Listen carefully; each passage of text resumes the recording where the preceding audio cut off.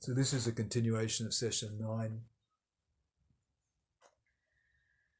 So excuse me for not being able to continue the last one, but I think the 3 instructions and reflections that he gave me in his blessing regard, and remembering those, again, penetrated me so deeply that I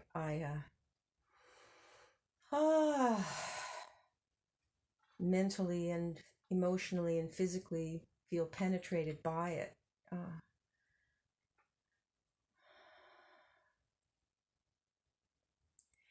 And want to communicate, the profoundly loving gift and passionate gift that his hard criticisms or reflections actually really are. The self-knowledge required, the self-understanding required is so important to be able to stay in the room and be able to transcend the ego act and its psychobiography, to be able to serve him and be blessed and bathed in his love bliss being.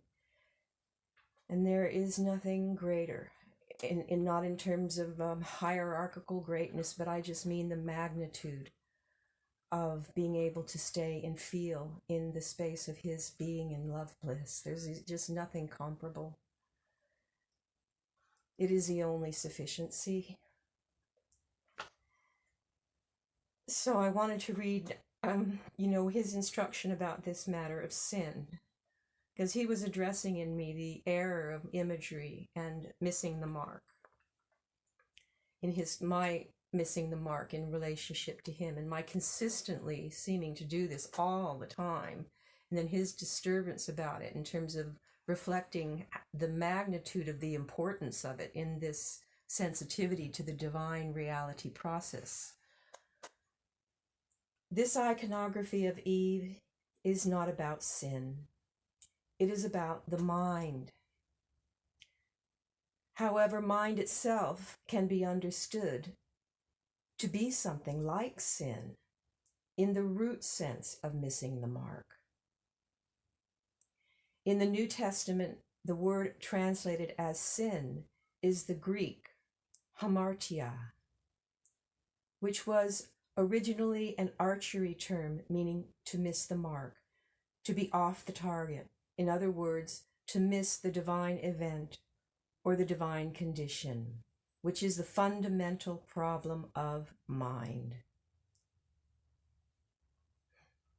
Similarly, such sin or missing the mark is the problem with trying to figure out something with the mind. Thus, even the fact that there is an urge to explain this suite via some form of mentalizing exemplifies exactly what this suite is about. The she that is shown is not the female relation about which it could be said, using conventional romantic language, she is mine.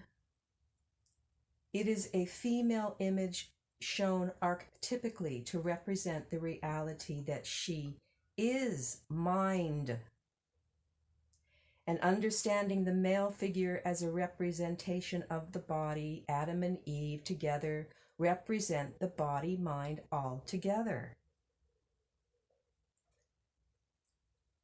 Each individual, I'm adding, has the he and the she as an aspect of incarnation.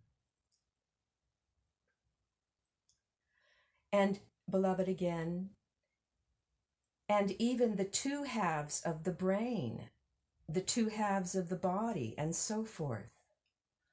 Putting mind in its seat and having that seat dissolve in the light, the suite becomes a visual communication of the great process of transcendence and divine realization, which necessarily involves the transcending of anything to do with the apple anything the mind leads the body mind to do, sexual or whatever it may be, ultimately, She Is Mind is about resort to the source of mind, the source of the total body mind, which is the very divine condition itself.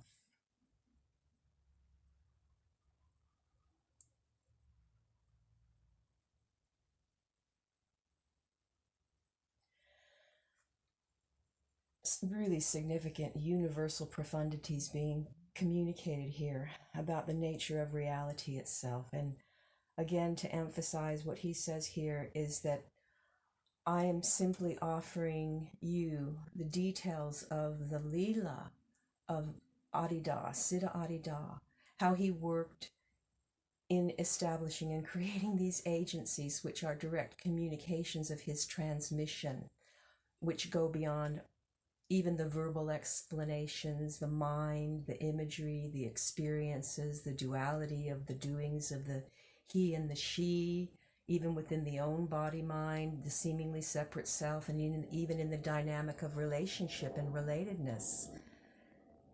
These profundities are absolutely essential for anyone who responds to Adida to be able to comprehend, not only mentally, but actually this is recognition as it grows and transcends the limits of these errors and misconceptions and misperceptions. And pointing to the great tradition as a whole in terms of how it's manifested.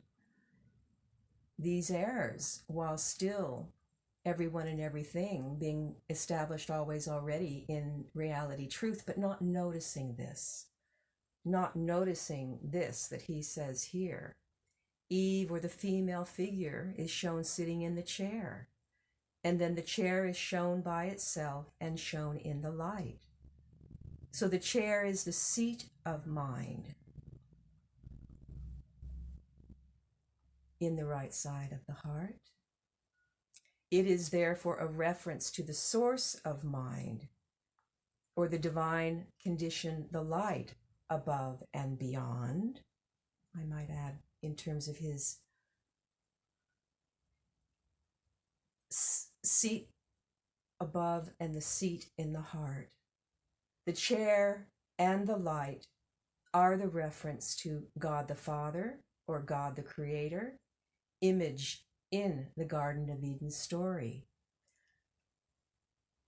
So this understanding of these, how the mind has created a myth or an imagery around God as other, the errors associated with the fifth stage mystical or ascended experiences associated with the light itself. And then the oftentimes talking school or philosophical understanding of the seat of the self. Where is the seat of the self? What is the self, the true self?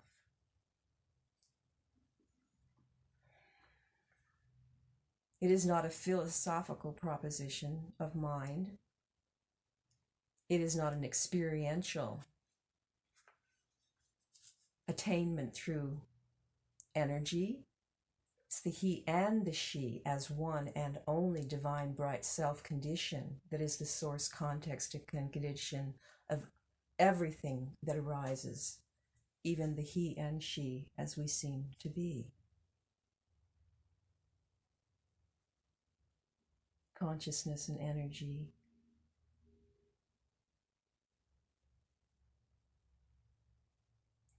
Adida is the embodiment of the true self condition, the divine self condition, the bright itself. And as he indicated, none of this that I say or anyone could say, or even what he could say, even everything that he has explained in detail in his literature and his teaching instruction by virtue of his descent and submission and the events that he describes in his autobiography, even to the day of his Mahasamadhi. It's only through the participation in the mindless surrender of embodiment